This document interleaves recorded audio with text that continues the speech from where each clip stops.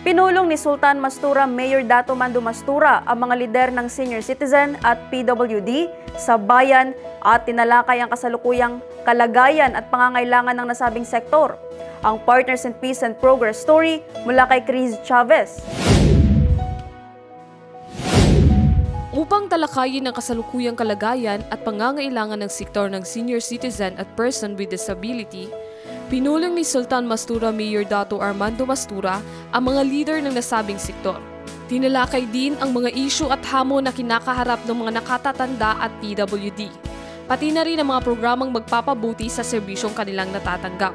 Binigyang diin ni Mayor Mastura ang pangako ng lokal na pamahalaan na maghatid ng inklusibo at epektibong serbisyo para matiyak na ang mga nakatatanda at PWD ay may sapat na suporta at atensyon mula sa pamahalaan.